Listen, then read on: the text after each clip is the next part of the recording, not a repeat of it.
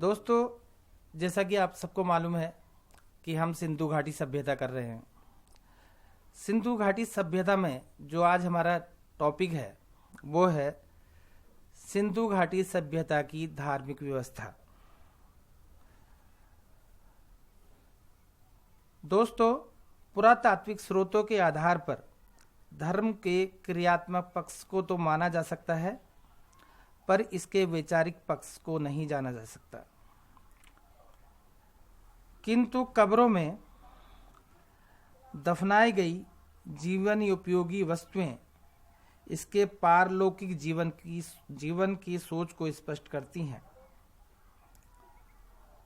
गंडे व ताबीजों का साक्ष्य मिलना, जादू टोना, भूत पिशाच की प्रक्रिया में विश्वास को दर्शाता है। मार्शल महोदय के अनुसार यहाँ पर पुरुष देवता संप्रदाय था। इसका केंद्र बिंदु मोहनजोदड़ो मुहर पर चित्रित तथाकथित पुरुष देवता है। यह यहाँ का प्रधान देवता है।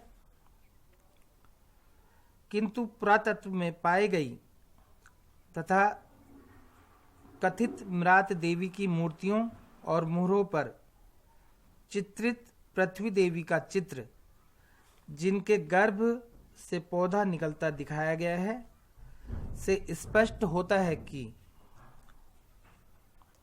यहाँ के सर्व प्रचलन में मृत देवी संप्रदाय महत्वपूर्ण था। मिट्टी की अनेक ऐसी मूर्तियां प्राप्त हुई हैं जिनके कंधों पर द्रव रखने लायक कुछ बर्तन बनाए गए हैं और इनके कान के नीचे गाल पर धुएं का निशान प्राप्त है। इससे पता चलता है कि इन पर धूप दीप जैसी कोई वस्तु जलाई जाती थी। सैंधव समाज की मृत प्रधानता भी मृत देवी संप्रदाय का समर्थन करती है। इस प्रकार यह स्पष्ट है कि सिंधु निवासी मूर्ति पूजक थे। इसके अलावा वे पशु पूजा भी करते थे। पशुओं में कुबड़ दाल बैल महत्वपूर्ण है। दोस्तों, इस कुबड़ दाल बैल की अनेक मूर्तियां प्राप्त हैं और इसके आगे कहीं से भी नाद का दृश्य प्राप्त नहीं हुआ है। मार्शल महोदय इसे पाशुपत संप्रदाय से जोड़ते हुए नंदी बैल की संज्ञा देते हैं। इसके अलावा चंद हुदड़ों से एक चित्र प्राप्त हुआ है जिसमें एक सांड द्वारा मानव आकृति के साथ संभोग का दृश्य प्राप्त है, जिससे पता चलता है कि पशु पूजा सिंधु घाटी सभ्यता में की जाती थी। वृक्ष पूजा में पीपल का वृक्ष महत्वपूर्ण है।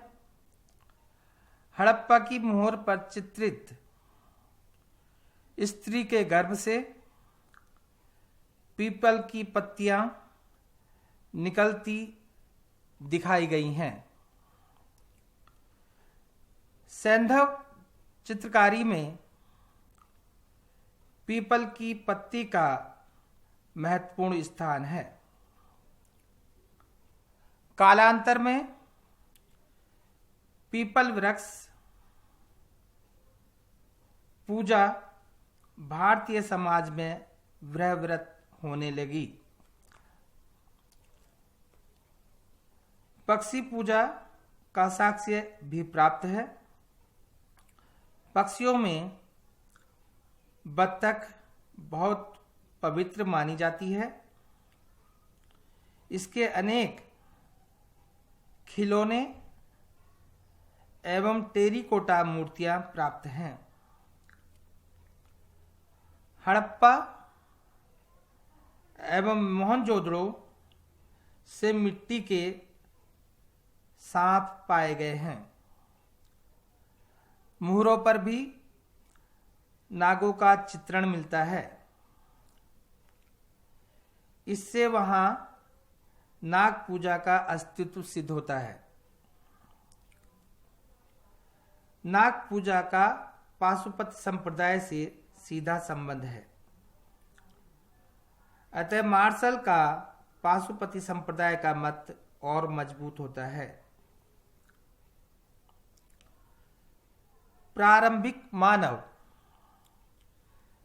नदियों व जलाशयों में जल स्नान करता था।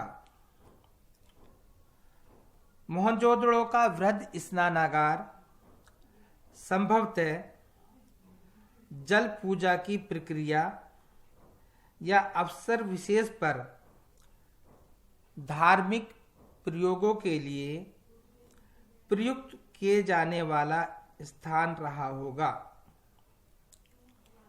कालीबंगान व लोथल से प्राप्त अग्निकुंड यहाँ अग्नि पूजा का साक्ष्य सिद्ध करते हैं। यहाँ पाए गए जले अनाज व जली हुई बकरियों की हड्डियां बलि प्रथा की भी सूचना देती हैं। हड़प्पा की मोहर पर बकरी के ऊपर धारदार हथियार उठाए व्यक्ति का चित्रण बलि प्रथा का संकेत है।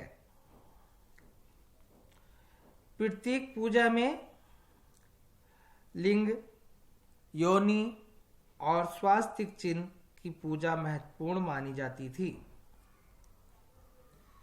इस प्रकार इस सभ्यता का धार्मिक जीवन उसकी क्रियात्मकता को तो स्पष्ट करता है, किंतु भावनात्मक अभिव्यक्ति का अभाव प्रतीत होता है। मार्शल के अनुसार प्राण योगी की मूर्ति पुरोहितवास की मुख्य अधिष्ठाता है। मार्शल के अनुसार मंदिर लकड़ी के रहे होंगे जो कालक्रम में नष्ट हो गए, किंतु पक्की ईंटों में बसने वाली सैंधव सभ्यता मंदिरों हेतु पक्की ईंटों का प्रयोग न करे, यह असंभव है। अतः ऐसा प्रतीत होता है कि यह मत अवैचारिक है। दोस्तों, सैंधव समाज की धार्मिक व्यवस्था की निरंतरता आज भी बनी हुई है। इसी के साथ धन्यवाद। अगर मेरा यह वीडियो आपको पसंद आता है तो कृपया लाइक करें, सब्सक्राइब करें और शेयर करें। जय हिंद।